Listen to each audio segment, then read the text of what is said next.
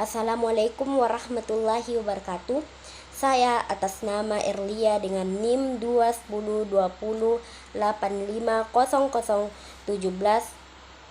kelas 03 Pendidikan Kesejahteraan Keluarga Fakultas Teknik Universitas Negeri Makassar Angkatan 2021 telah melaksanakan observasi usaha penjahit maya yang dipimpin oleh Ibu Dosen Nur Hijrah SPD MPD. Sebelum melakukan presentasi, saya sangat berterima kasih atas kesempatan yang diberikan oleh dosen pembimbing, yakni dosen Nur Hijrah SPD MPD, mengizinkan saya melakukan presentasi dengan hasil observasi usaha penjahit maya. Adapun profil usaha dari penjahit maya yakni nama usaha penjahit maya, tahun berdirinya pada tahun 2014, nama pemilik usaha atas nama Nur Hayati SE, jam kerja karyawan mulai pukul 8 sampai pukul 5 sore, jumlah karyawan 5 orang, 4 orang bertugas menjahit dan 1 orang memasang penyet atau perhiasan. Alamat usaha tersebut di Jalan Daeng Tata 1 Blok 4 Grand Property Sulawesi Selatan, buka mulai dari Senin sampai Sabtu.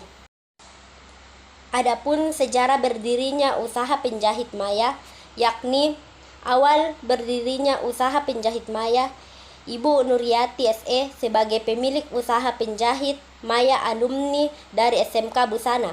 Setelah tamat dari SMK Busana, beliau mulai ikut bekerja di usaha orang lain, seperti ikut bekerja bersama orang Cina dan mencari pengalaman tentang cara menjahit. Setelah ikut bekerja dengan orang lain, beliau memberanikan dirinya membuka usaha sendiri dengan bermodal mesin jahit yang dia miliki saat sekolah SMK dulu. Inilah pertama kalinya beliau membuka usahanya pada tahun 2014.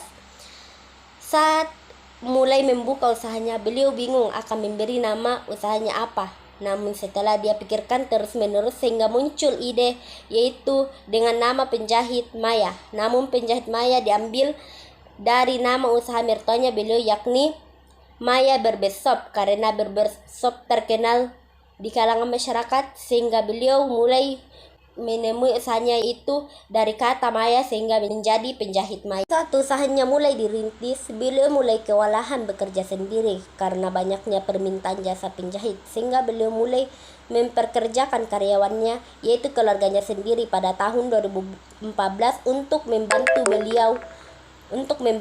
beliau. Modal yang digunakan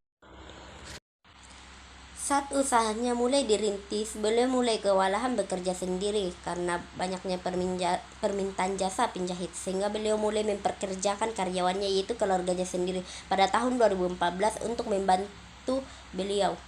Modal yang digunakan beliau awalnya sedikit.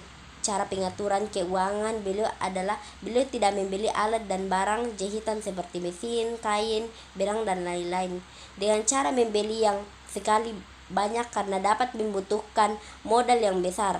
Kondisi modal yang dimiliki sedikit, maka bahan dan alat yang dibeli juga sedikit. Dengan berjalannya waktu, kondisi modal yang beliau punya semakin meningkat, sehingga barang dan alat jahitannya juga semakin banyak dibandingkan dengan awal membuka usahanya. Analisis SWOT, strength, kekuatan. Yang pertama, lokasi yang mudah dijangkau, dan yang kedua, harga dan kualitasnya yang baik. Weakness, kekurangannya, yang pertama, sering terjadi model pakaian pelanggan tertukar-tukar akibat tidak menuliskan nama pelanggannya sesuai dengan model yang mereka inginkan. Dan yang kedua, tidak terlalu mempublikasikan jahitannya di sosial media. Opportunities atau peluang. Yang pertama, pelanggan dapat menambahkan penyet yang mereka inginkan tanpa menaikkan harga. Dan yang kedua adalah karyawan dapat menyelesaikan pekerjaan tepat waktu. Trends atau ancaman. Yang pertama, persaingan harga, dan yang kedua, banyaknya pemilik usaha penjahit. Struktur organisasi yang digunakan dalam penjahit maya yaitu dengan cara pemilik usaha membeli bahan-bahan seperti kain, alat-alat penjahit dan sebagainya, sedangkan karyawan bertugas untuk menjahit, membuat pola dan sebagainya. Namun ketika pelanggan banyak, pemilik juga ikut serta dalam membantu karyawannya.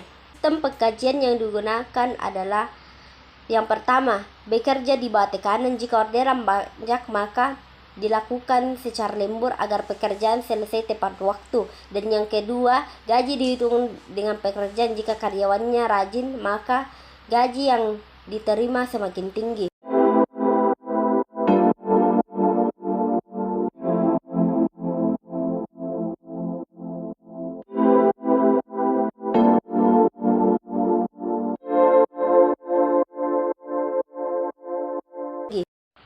Kesimpulan dari hasil observasi yang telah dilakukan secara langsung dapat disimpulkan bahwa dalam industri busana bahwa semakin hari industri busana persaingan semakin ketat. Jadi dengan adanya persaingan yang ketat, maka pelaku industri juga semakin hari semakin kreatif agar persaingan dapat diatasi, agar pelanggan selalu puas dan hasil yang telah dikerjakan. Sekian dan terima kasih. Assalamualaikum warahmatullahi wabarakatuh.